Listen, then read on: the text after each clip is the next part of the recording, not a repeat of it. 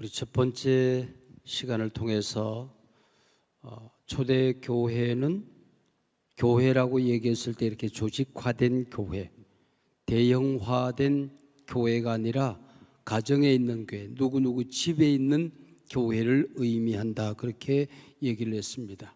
그러면 교회는 항상 소그룹으로만 있어야 되는가? 그건 아닙니다. 하나님의 교회는 시간의 흐름에 따라서 성장해 가고 커지게끔 되어 있습니다.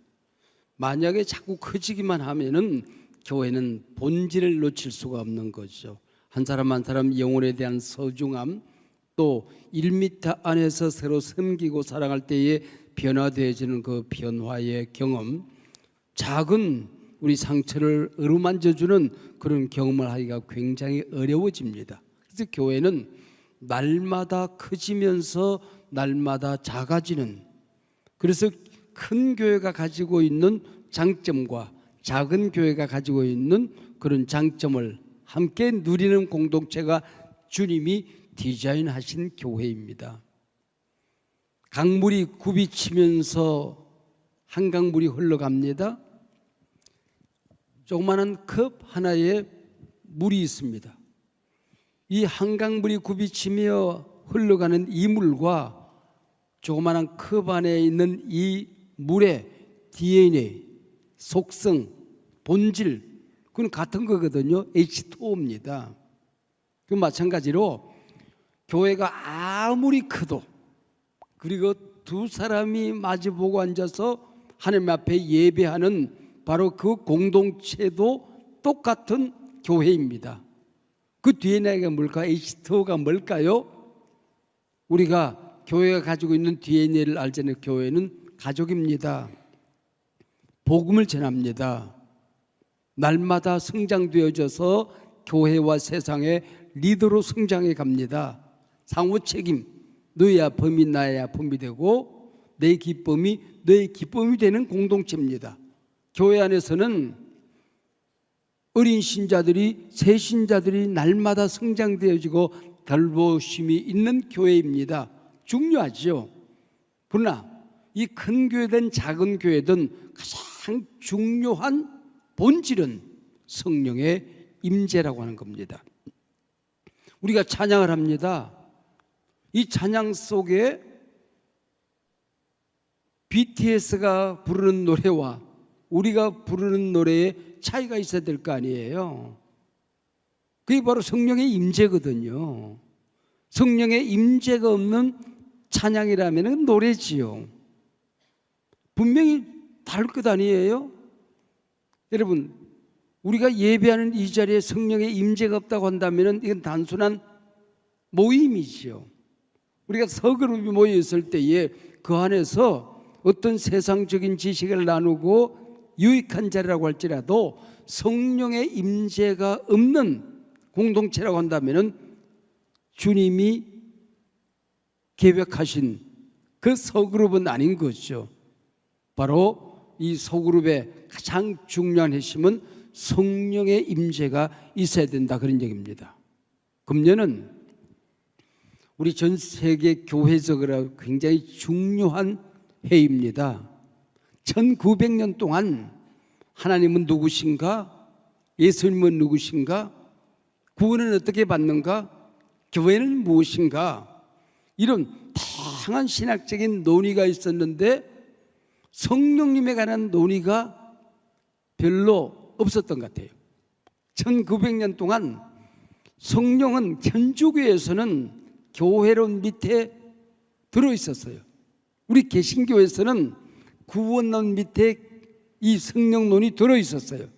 구원받는 역사에만 성령이 나타났어요. 근데 20세기가 19세기 말 20세기가 들어서면서 폭발적인 운동이 성령운동입니다. 그게 바로 금년이 아주사 거리에서 있었던 성령 폭발 120주년입니다. 이 성령론의 단권책을 처음 쓰신 분이 토레이라고 하는 분인데, 이 토레이라는 분의 그 손주가 우리나라에 와서 머물다 계셨던 토레이 신부님입니다. 예수원에. 그분 별세하셨고 그 아드님이 계시다가 선주님이 지금 북한과 한국을 왔다 갔다 하면서 사역을 감당하고 있습니다. 이 토레이 가족과 우리나라는 굉장히 중요한 관계에 있지요. 그리고 내년도에는 이 120년 전에 있었던 부흥운동이 출렁이면서 전 세계를 강타하고 있다가 전 세계에서 가장 어린 교회였던 바로 한국 땅에서 폭발적인 성령운동이 일어나게 됩니다. 그게 바로 내년에 120주년을 맞이하는 평양 대부흥운동이라고 하는 겁니다. 여러분, 우리가 몇 년 하는 것은 의미가 있습니다. 그것은 우리가 기념하고 단순히 흘러 지나가는 것이 아니라 그걸 통해서 그때 일어났던 본질을 기억하자고 하는 것이거든요. 평양 대부흥이 있었던 그날 밤에 존스턴 선교사님이 이 강단에 섰습니다. 전 세계에서 지금 어떤 일들이 일어나고 있는지, 성령이 임재했을 때에 세상이 어떻게 변화되는지, 성령을 경험하는 사람들이 세상을 어떻게 바꾸고 가는지, 힘이 없는 교회 공동체가 성령이 함께할 때에 어떤 역사가 일어나는지를 증거를 했습니다. 재미있는 것은 거기서 일어나는 소식을 그분이 여기 와서 전하는데 거기서 있었던 역사가 여기서 일어나기 시작하는 겁니다. 거기서 있었던 기도 운동이, 회개 운동이, 가슴이 뜨거워지는 운동이, 통곡이 똑같이 이곳에서 일어나게 되는 겁니다. 이게 복음이 기쁜 소식이죠. 거기서 있었던 소식을 전하는데 여기서 동일하게 역사가 일어나는 거예요. 성경을 이곳에서 증거를 하면 성경에 일어났던 사건이 이곳에서 여러분 개인의 삶 속에서, 여러분의 심령 속에서, 가치관 속에서, 전도의 구조 속에서 역사가 일어나는 거예요, 여러분. 놀랍지 않습니까? 이게 바로 복음의 능력이라는 겁니다. 존스턴이 설교를 한 다음에 소리를 쳤습니다. 조선에서는 누가 성령을 갈구하느냐, 갈망하느냐고요. 그때에 길선주 장로님 겸 신학생 바로 목사 안수를 받게 되는 길선주 장로님이, 전도사님이 저요 그러고 이랬어요. 그리고 저도요 하고 사람들이 이랬습니다. 근데 일어서는 사람들 가운데 임하기 시작해서 거기 앉는 모든 사람들 가운데 성령의 폭발적인 임재가 일어나게 되는 겁니다. 이 존스턴 선교사님이 지금 외쳤던 것처럼 오늘 이 시간에 각자가 이 음성을 들어야 돼요. 우리 한소망 교회 청년들 가운데 누가 성령의 사람이 되겠느냐? 누가 성령에게 한번 쓰임받아 보겠느냐? 누가 이 성령을 만나서 변화된 삶을 살아보고 싶으냐? 역사를 바꾸는 인물이 이곳에서 일어난다면 그가 누구냐? 성령이 물었을 때 하나님, 제가 여기 있습니다. 나를 보내주세요. 내가 누구를 보낼고? 내가 여기 있습니다. 나를 보내주세요. 누가 이곳에서는 성령을 갈망하느냐? 이 질문은 120년 전에 있었던 질문이 아니고 바로 이 자리에서 있어야 되는 질문이라고 하는 겁니다. 그리고 나니까 한국교회가 폭발적인 역사가 일어나게, 한국교회 전체에 20만이 안 되던 때입니다. 우리 지금 있는 1000만 성도가 아니라 20만 명이 안 되던 그때에 폭발적인 역사가 일어나면서 한국교회 100만 구령 운동이 일어납니다. 우리 20만 명이 100만 명을 전도하자. 우리 조선민족 1500, 2000만 명 이들 가운데에 100만 명 성도를 만들자는 운동이 일어나기 시작하는 거예요. 그래서 교회가 부흥되기 시작했어요. 많은 사람들이 주님 앞에 돌아오기 시작했어요. 그때에 선교사들의 숫자가 너무 모자라는 거예요. 교회는 자꾸 커지는데 교육자가 없을 때 아닙니까? 한국에서 최초로 7명이 바로 평양 대부흥운동이 있었던 1907년도에 처음으로 목사 7명이 안수를 받습니다. 한국인 목사 7명밖에 없던 그때에 이 운동이 일어났기 때문에 어떻게 할까? 그러다가 존 와나메이커의 주일학교 운동을 생각하게 된 겁니다. 미국의 주일학교 운동이 일어나면서 교사 한 명의 어린아이들이 5명, 10명씩 붙어서 그들이 함께 믿음이 성장되는 것을 보고 온 거예요. 장로신학대학을 세운 마펫이라는 선교사님이 이러면 되겠다. 그래서 성경에 있었던 집에 있는 교회처럼, 마리아의 집에 있는 교회, 브리사가와 집에 있는 교회에, 아굴라 집에 있는 교회에, 그 가정의 아굴라를 통해서 거기에 모였던 10명, 20명의 사람들이 서그룹을 이루어서 교회를 형성했던 것처럼 구역운동을 일으키면 되겠다. 그래서 5명, 10명이 모이는 구역운동을 먼저 믿은 사람들, 먼저 세례받은 사람들, 먼저 헌신된 사람들이 평신도 지도자로 헌신하기 시작한 겁니다. 이게 한국교회의 셀교회 운동, 구역운동의 시작이라고 하는 거죠. 이 아주사 부흥 운동으로부터 시작된 교단이 있습니다. 하나님의 성회, 한국에서는 순복음 교단이라고 일컬어지는 바로 이 교단이 이때부터 만들어지기 시작하는 거예요. 1900년 동안 나타나지 않던 교단입니다. 근데 이 아주사 폭발 부흥이 있은 다음에 만들어지는 교단이 하나님의 성의 순복음 교단입니다. 한국에서도 그런 교단이 일어나기 시작했어요. 최영기 목사님을 중심으로, 그의 장모님 최자실 목사님을 중심으로 한국에서도 순복음 교회가 생기기 시작했어요. 근데 우리 장로교회보다도 그 순복음 교회가 갑자기 성장되기 시작했어요. 성령에 더 열린 교회들에게 폭발적인 역사가 나타나기 시작한 겁니다. 그때에 이 사람들이 영락교회 가서 배웠어요. 영락교회 가니까 5명, 6명, 10명이 성도들이 모이면은 한 사람의 구역장이라고 하는 사람을 세워서 이 사람들이 이들을 돌보고 관리하고 있었던 겁니다. 이거면 되겠네. 그래서 이 교단이 바로 구역운동의 시작을, 원리를 책으로 쓰기 시작한 것입니다. 그게 바로 효과적인 구역운동이라고 하는 책을 쓰기 시작했습니다. 이것이 전 세계로 번져가기 시작했어요. 전 세계로 번져가기 시작했어요. 그래서 한국에 와서 영락교회와 또 여의도 성봉교회를 통하여 서그룹 운동을 배웠던 지도자들이 미국으로 돌아가서 거기에서 성경을 연구하고 이 원리들을 가지고 시스템을 만들고 교회 역사 속에서 있었던 서그룹 운동을 연구해서 한국으로 다시 가지고 들어옵니다. 그게 바로 셀교회 운동입니다. 우리 교회가 그때에 주님의 심장 속에 있는 교회, 주님이 기뻐하는 교회, 예수님이 오셔서 목회를 하셨다면, 예수님이 한소망교회 담임 목사라면 어떤 교회를 만들까, 그 고민에 빠져있던 제가 만난 겁니다. 이 셀교회 운동을.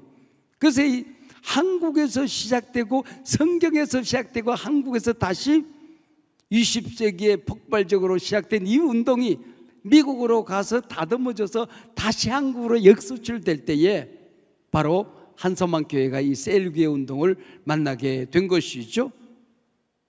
교회 속에서 잃어버렸던 평신도 운동, 우리가 교회가 교회되기 위해서는 두 날개로 천성을 향하여 날아가야 되는데, 예배의 성령의 임재가 있는 예배, 서그룹 2-3 사람이 모인 곳에 성령의 임재가 있는 이런 교회가 살아 움직일 때에 주님이 기뻐하시는 교회, 주님의 심장 속에 있는 교회를 이루게 되는 겁니다. 콘스탄틴 대제가 313년 기독교를 공인합니다. 그러니까 핍박받던 교회가 공인이 되어지니까 국가교회가 됐잖아요. 국가교회가 되니까 이제는 모든 조직이 국가에서 이런 조직을 관리하게 되는 겁니다. 이 국가교회 313년부터 자그만치 1000년 동안 국가교회 캐톨릭 교회가, 천주교회가 기독교를 대표하고 있는 사이에 기독교 아닌 기독교가 되는 겁니다. 그래서 이거는 성경에 있는 교회가 아닌데, 주님이 원하는 교회가 아닌데 뭔가 이상하게 조직화되어지고 권위주의가 되고, 그러다 보니까 성경보다도 못지않게 중요한 교황, 믿음과 은혜보다도 인간의 도덕과 선행이 종교를 대신하는, 윤리가 종교를 대신하는 이상한 교회가 된다는 말이죠. 이때 일어난 운동이 종교개혁 운동입니다. 종교개혁 운동은 제일 성공적으로 자리를 잘 잡은 것은 교리의 개혁입니다. 교리의 개혁. 이 교리의 개혁은 오직 믿음으로, 오직 은혜로 구원받는다는 구원론이죠. 이게 바로 모든 사람은 그 은혜를 인하여 믿음으로 말미암아 구원을 얻었다. 의인은 믿음으로 말미암아 살리라. 이 말씀에 근거했던 교리의 개혁입니다. 그래서 개혁교회가, 이 개신교회가 교리로는 성경적인 교회를 회복하게 된 겁니다. 라틴어로 신부들만 성경을 읽던 그런 교회가 이제는 모든 성도님들이 성경을 읽는 교회로서, 성경을 아는 교회로서, 신학을 아는 교회로서의 건강한 교회가 자리를 잡은 거죠. 두 번째는 예배의 개혁입니다. 예배 개혁은 하나님 앞에 가서 회개를 해도, 죄를 고백하고 기도를 해도 마리아를 통해서 하고, 또 눈에 보이는 신부를 통해서 가서 자기 죄를 고백하고, 하나님 앞에 직접 가서 예배하는 것이 아니라 사제를 통하여 하나님 앞에 가는, 이거는 나인, 너 아니다. 모든 사람은 제사장이다. 우리 예수님께서 십자가에 달려 돌아가실 때 성전의 휘장을 찢으셔서 우리가 하나님 앞에 나가는 모든 길이 열린 것이다. 그래서 우리가 지금 예배하는 것처럼 하나님 앞에 나와서 우리가 찬양하는 겁니다. 우리가 직접 기도하는 겁니다. 하나님으로부터 직접 임재를 경험하는 것이죠. 이게 예배 개혁입니다. 모든 사람들이 하나님 앞에 직접 나가 예배하고 회개하고 하나님을 만나는 예배 개혁입니다. 세 번째는 사역의 개혁입니다. 목사들이 교회를 섬기고 성도님들은 목사를 돕는 게 교회가 아닙니다. 하나님 앞에서 모든 사람이 하나님 앞에 사역자입니다. 기도하는 사역자, 복음을 전하는 사역자, 찬양하는 이 찬양의 사역자, 섬김의 사역자, 서그룹의 사역자, 모든 사람들이 하나님 앞에 가서 당당한 제사장으로서, 사역자로서 하나님을 섬기는 사역의 계획입니다. 그래서 평신도가 목회를 하는, 교역자는 오히려 이 평신도 목회자, 구역장, 셀 리더들을 도와주어서 그들이 자기 역할을 감당하도록 이키핑, 준비시켜주는 사람으로의 역할을 감당하는 거죠. 이게 개혁교회의 3대 개혁입니다. 교리개혁 잘 했어요. 예배개혁은 성공회가 반점 하다가 은근쯤 서 있는 것 같아요. 이름도 그냥 신부라고 그러고, 천주교회가 있는 예배 형식을 완전히 개혁을 못하고 은근쯤 있는 그런 교단들도 꽤나 있었습니다. 예배 개혁은 완성하지 못하고 지금도 논의 중에 있습니다. 논쟁 중에 있습니다. 사역의 개혁은 시작도 못하고 종교 개혁은 갈무리가 되어버렸어요. 그 이후에 우리가 해야 되는 일은 바로 종교 개혁자들이 성경적인 교회를 이루기를 원했던 것처럼 신학이, 성경이 탄탄하게 주님이 기뻐하는 그런 교회로 가는 신학의 개혁입니다. 교리의 개혁입니다. 두 번째는 하나님 앞에 우리가 예배 개혁, 모든 사람들이 예배자가 되어서 자기 감정으로 하나님을 만나고 영으로 하나님을 만나고 손을 들어서 몸으로 하나님을 만나는 이 찬양, 우리가 기도할 때 하나님이 들으시고 우리가 기도할 때 하나님의 응답을 우리가 직접 받고, 우리가 하나님 앞에 회개할 때에 하나님부터 용서를 선언 받고 우리 삶이 정결해지는 예배의 경험을 하는 거죠. 교회에 와서 사역의 개혁, 서그룹이 리더가 되고 찬양의 사역자가 될 때 하나님 앞에서 목사만 하나님 앞에 사역자가 아니고 나도 하나님 앞에서 사역자다, 이것을 우리가 경험하는 게 바로 우리 주님이 기뻐하는 교회라고 하는 것입니다. 자, 오늘 누가복음 17장 20절 21절에 보면 사람들이 질문을 해요. 하나님 나라가 언제 어떻게 임합니까? 여러분, 하나님 나라가 뭐예요?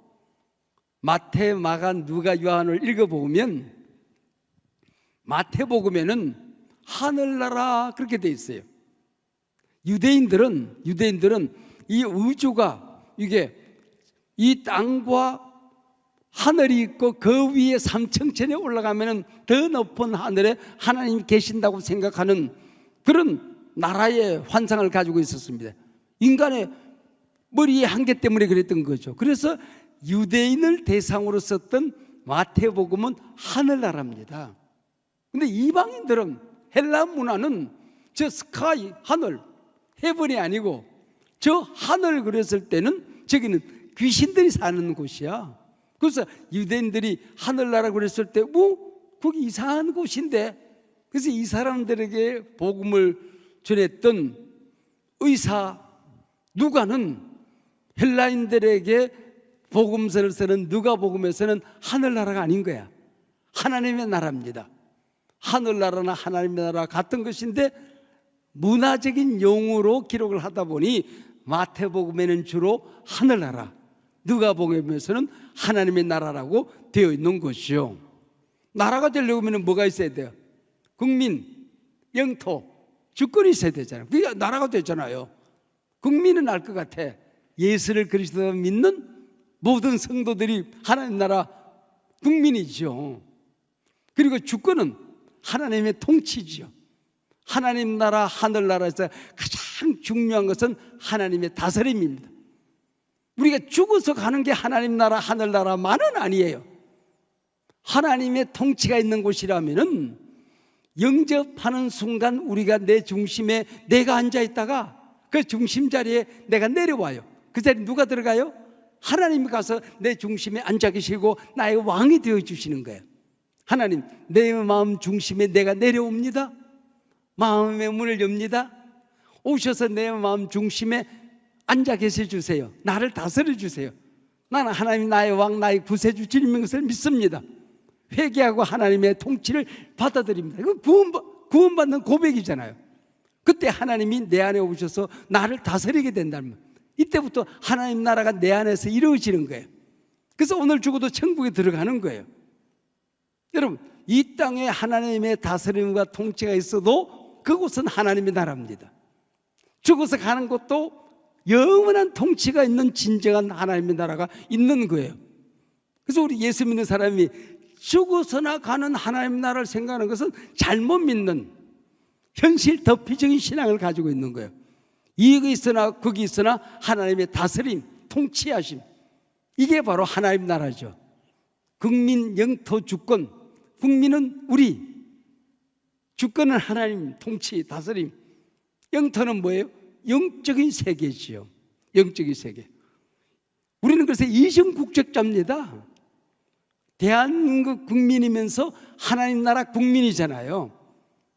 우리 이 땅 발바닥으로 밟는 이 땅 대한민국 땅입니다. 영토입니다. 그러나 눈에 보이지 않는, 그래서 언젠가는 그게 새하늘과 새 땅이 펼쳐지는 그곳 영적인 세계가 영토가 되는 것이죠.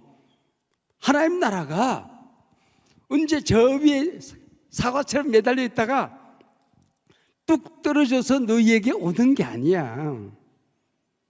쿠팡으로 주문하면 하나님 나라가 띵동 띵동 하나님 나라 왔습니다 이러고 여러분에게 배달되는 그런 나라가 아니란 말이에요. 그래서 예수님이 뭐라고 그러는 거 아니? 하나님의 나라는 너희 안에 있다 그랬어. 너희 안에 있다.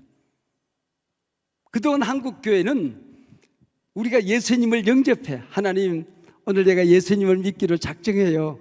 내 마음의 문을 열어요. 내 마음 중심에 욕심도 있었고 정욕도 있었고 분노도 있었고 상처도 있었어요. 이제 이거 모든 게 내려놓아요. 내 마음 중심 자리를 비워놓아서 그러니까 오세요. 나를 다스려 주세요. 그래서 영접하는 자 곧 기름을 믿는 자, 영접하면 여기가 내 안에 하나님 나라가 이루어진다고 생각했어요. 틀린 말은 아니었어요.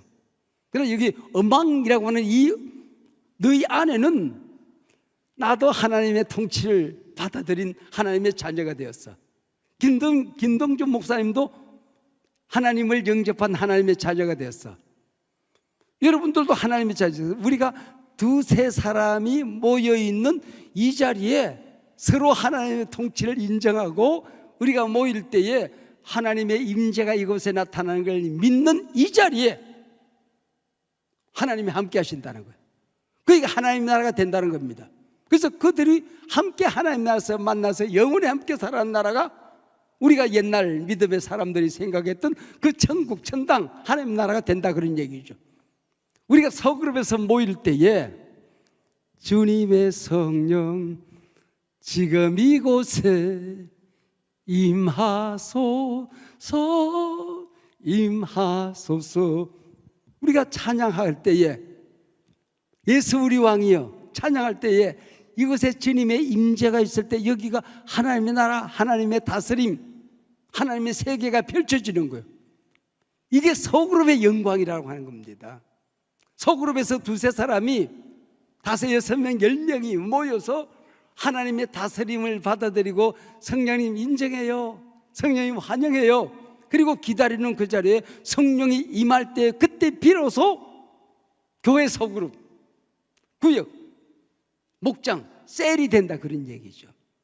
이걸 누가복음은 우리에게 말씀하고 있는 것입니다. 그게 얼마나 소중하고 멋진 공동체냐, 그런 얘기예요. 그리고 마태복음에서는 우리 거기 모여있는 한 사람 한 사람이 너무 소중한 거예요. 그 한 사람을 위해서 예수님이 십자가에 돌아가셨잖아요. 그 한 사람을 살리기 위해서 예수님이 죽으셨다고요. 근데 이 사람이 죄를 지었어, 타락을 했어. 그러면 우리가 이 사람을 어떻게 회복시킬 것이냐, 그 얘기죠. 이 사람은 나쁜 짓 했으니까 버려버릴까?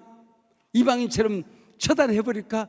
그게 아니고 그걸 안 사람이 가서, 우리가 하나님 믿는 사람이 그렇게 하는 것은 옳지 않다고 권면을 하고 설득을 하는 겁니다.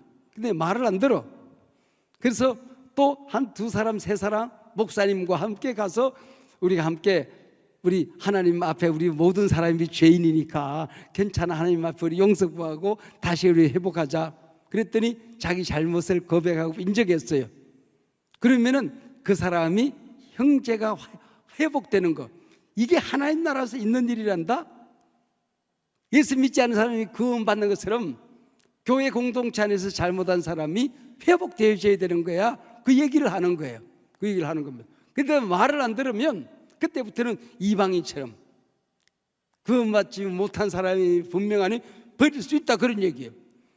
그 얘기를 하면서 얼마나 한 사람이 소중한지, 야, 땅에서 무엇이든지 풀면 하늘에서도 풀려, 소그룹 공동체 안에서 무엇이든지 매면 하나님 나라에서도 그 사람의 영혼이 매이는 거야.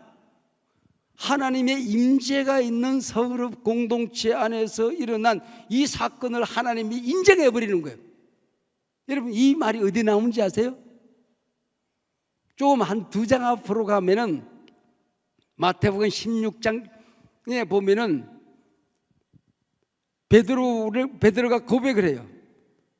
그때에 주는 그리스도시요 살아계신 하나님의 아들입니다. 그때 주님이 내가 이 반석에 내 교회를 세울 거야.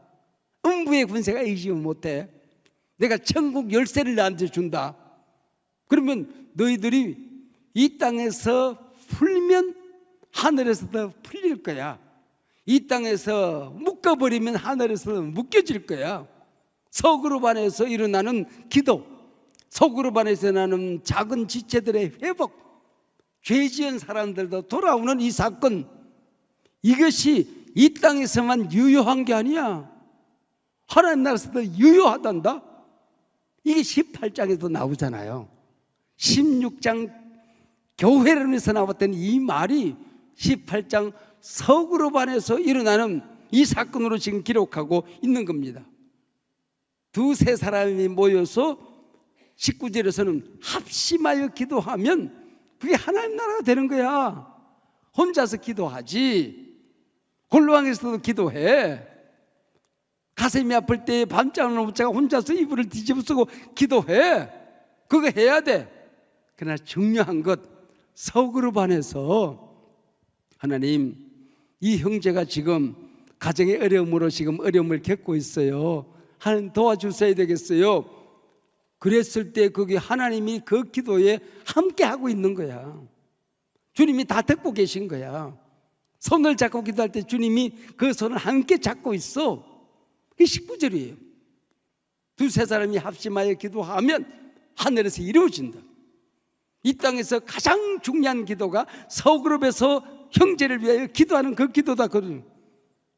하나님이 그들 가운데 함께 계시겠다고 말씀하고 있는 겁니다. 여러분, 이게 교회 서그룹이 조직이 아니고 성령이 임재하는 가족이 되는 DNA가 뭐냐? 하나님이 함께하는 공동체가 된다는 겁니다. 내가 청년교회의 서그룹의 리더가 되었어요.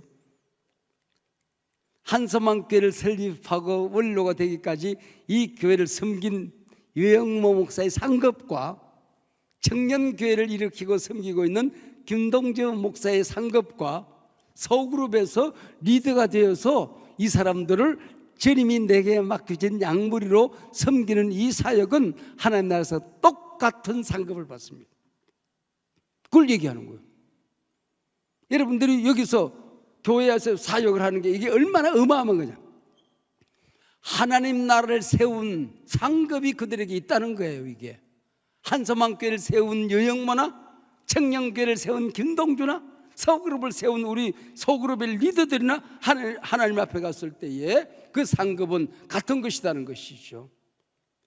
여러분, 이 서그룹 리더가 되었을 때에 그냥 서그룹이 모임을 갖도록 또 흩어져서 집에 가서 기도 시간을 정해놓고 우리 서그룹의 멤버 한 명 한 명 이름을 적어서 책상 앞에 붙여놓고 기도하는 그것이 얼마나 엄청난 일인가를 말씀하고 있는, 그게 성령의 기름 부으심이라고 하는 겁니다.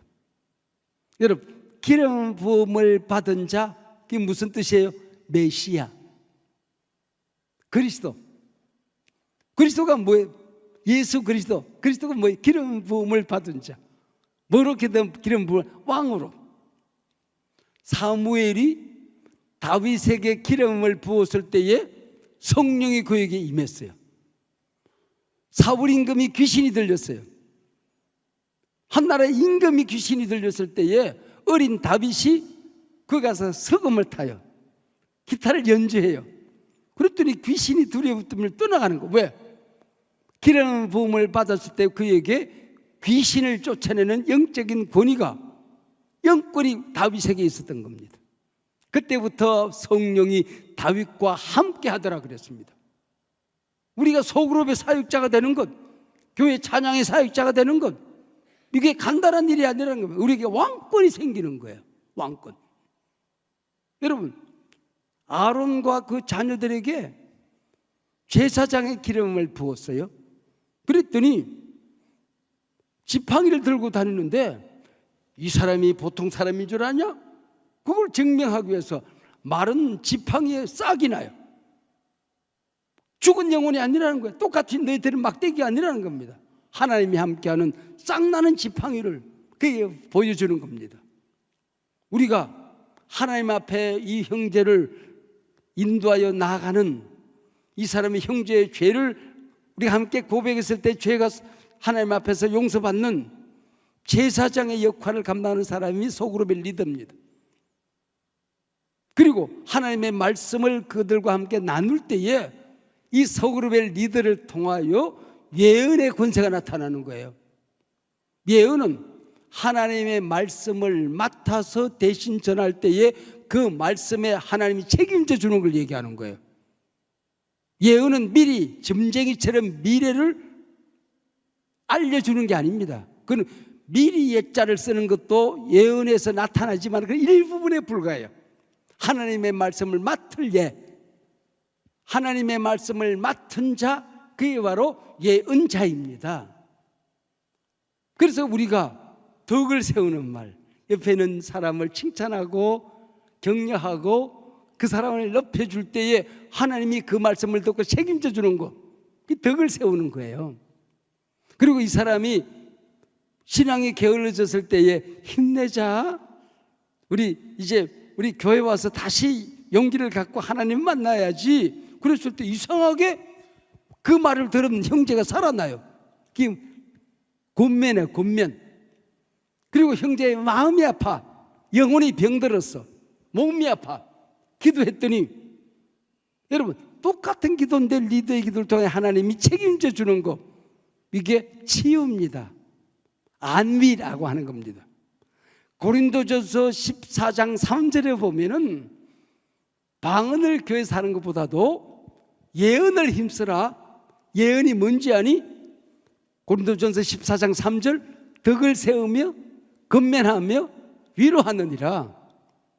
이 리더들의 말에 책임을 주는 겁니다. 리더들의 말에.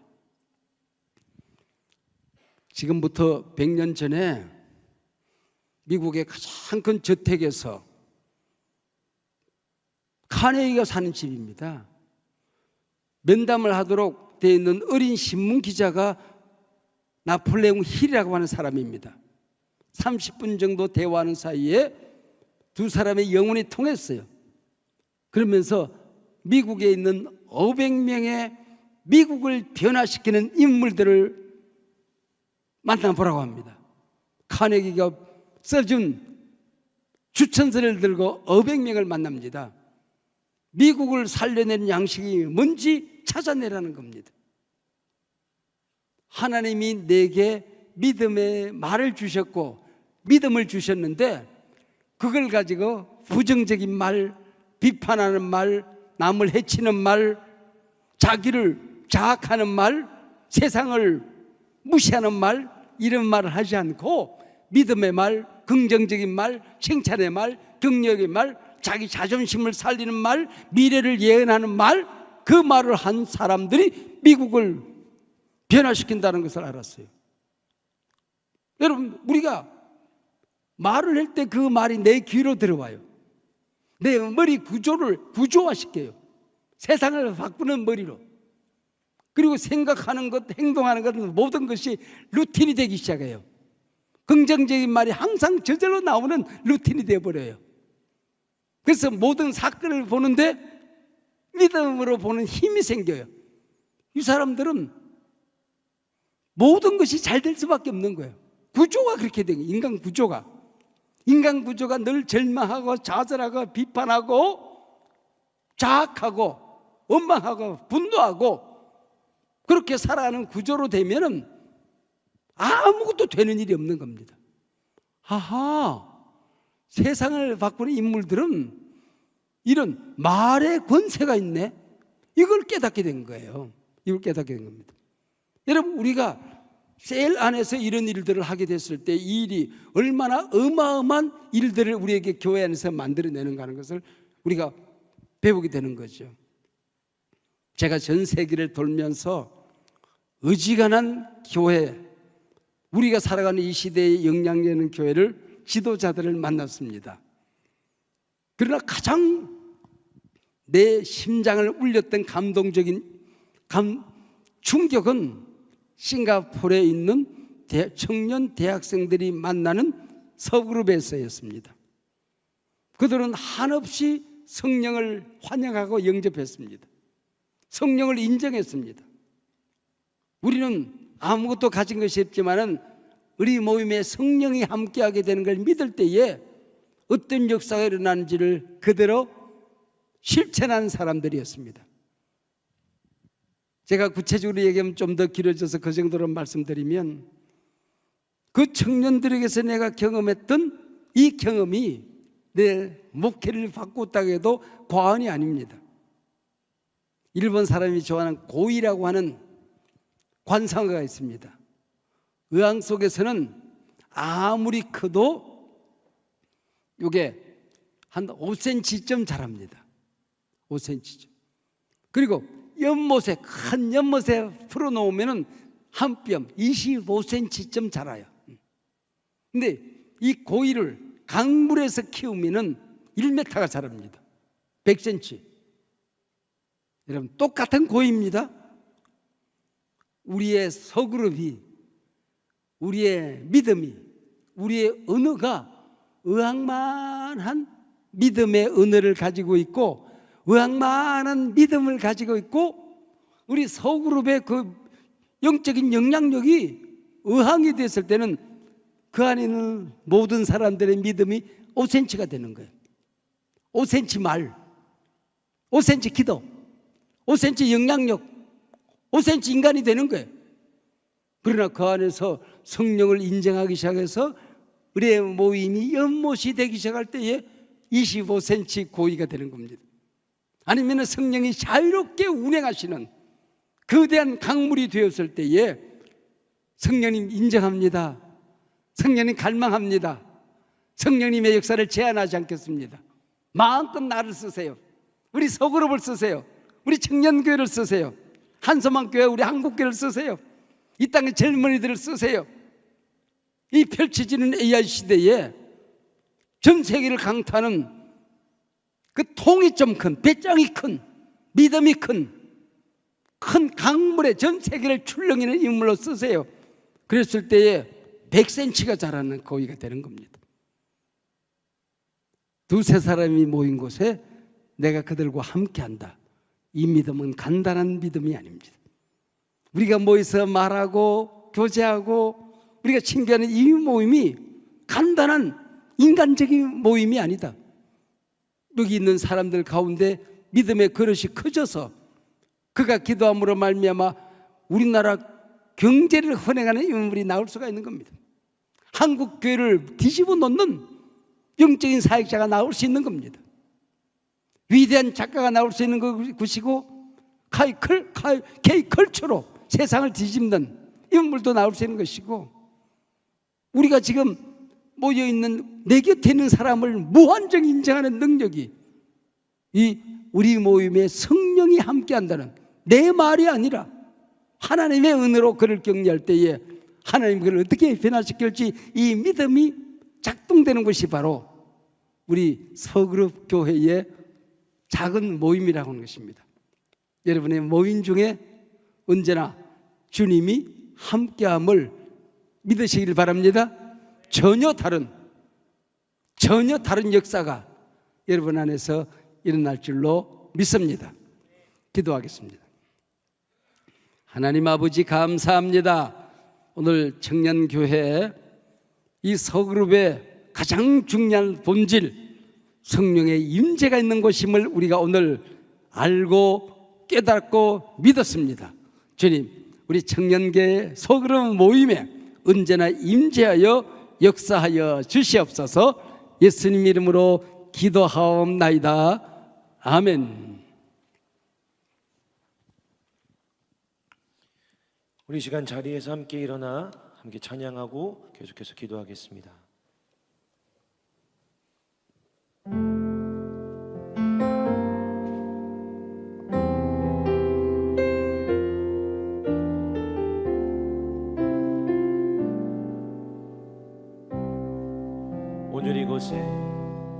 오늘 이곳에 계신 성령님 우리에게 말씀하시고 우릴 가르치소서. 같이 우리 맘 열어주시고 주의 빛으로 밝혀 우릴 인도하소서. 다시 한번 오늘 이곳에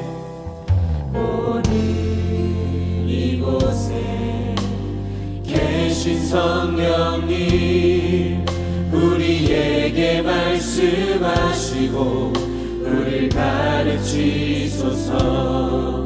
같이 우리 맘 열어주시고 주의 빛으로 밝혀 우릴 인도하소서. 주님보다 앞서지 않고 겸손하게 주님의 말씀 기다리니 주님 손에 우릴 드립니다. 사랑으로 인도하소서. 다시 한번 믿음으로 고백하며 찬양합시다. 오늘 이곳에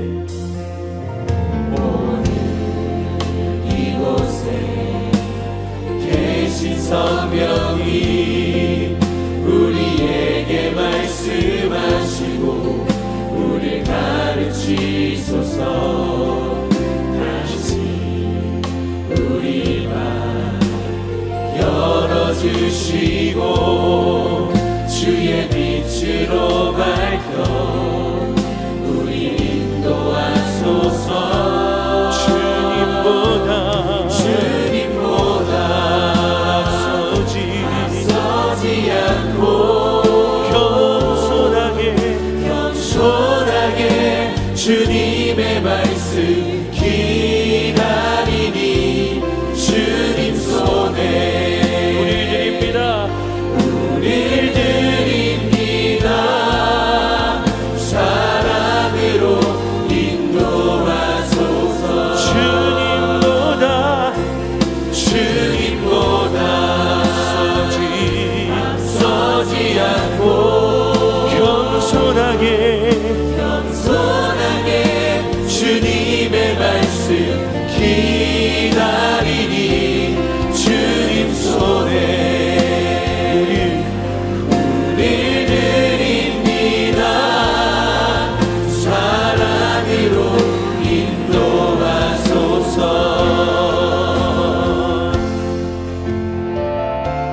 창조하신 모습 떠난 우리를 예수님답게 잊으소서.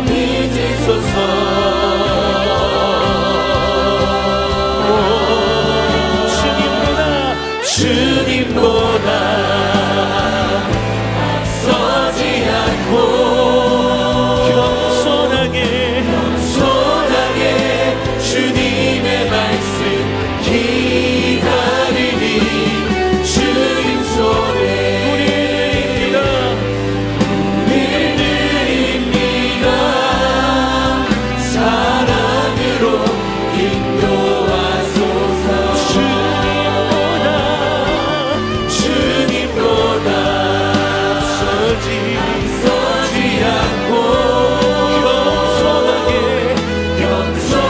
겸손하게 주님의 말씀 기다리니 주님 손에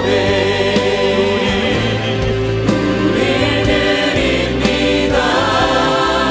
사랑으로 인도하소서. 주님보다 앞서지 않고 겸손하게 주님의 말씀 기다리니 주님 손에 우릴 드립니다. 사랑으로 인도하소서. 사랑하는 여러분, 오늘 목장끼리 또 같은 영역에 함께 앉아 있습니다. 하고 싶은 말들도 많고 내가 느끼고 내 마음, 내 감정이 튀어나올 때도 있는데 오늘은 기도합니다. 하나님, 오늘 이 목장 모임에서 성령님께서 우리에게 임하여 주시어서 내 말이 아니라 내 말이 주님을 앞서지 않고 주님의 말이, 성령님의 말이, 그를 바라보시는 하나님의 비전이, 그를 향해 내뿜어지는 주님의 사랑이 우리 서로의 입술을 통해 선포되게 하여 주시옵소서. 목장 많지 않아도 좋습니다. 두세 사람이면 충분합니다. 두세 사람이 내 이름으로 모인 그곳에 나도 너희와 함께 있느니라. 주여, 우리의 목장에 임하여 주시옵소서. 우리 시간 주의 이름 외쳐 부르며 기도합니다. 주여, 하나님 아버지, 이 시간 기도합니다. 두세 사람 모여 기도하는, 두세 사람 모여 이 주님 앞에 나와 있는 이 자리에 임하여 주시옵소서. 주님 역사하여 주시옵소서. 하나님보다, 주님보다 앞서 말하며, 내 생각으로 말하며, 내 마음으로 말하며, 내 감정으로 말하며 나를 돌아하고 내 존재를, 내 생각을 내뱉는 것처럼 주님의 시간 임하여 주셔서, 주님의 시간 역사하여 주셔서 한 사람 한 사람 모든 이들의 마음의 성령으로 찾아와 주셔서 성령으로 말하게 하소서. 성령으로 이야기하게 하소서.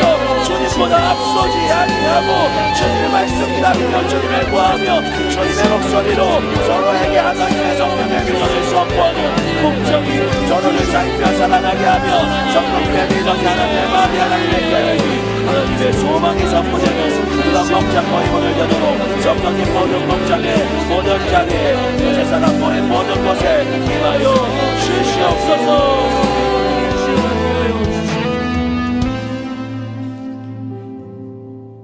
같이 고백할까요?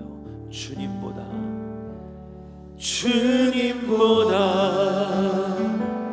앞서지 않고 겸손하게 주님의 말씀 기다리니 주님 손에 우릴 드립니다. 사랑으로 인도하소서. 주님보다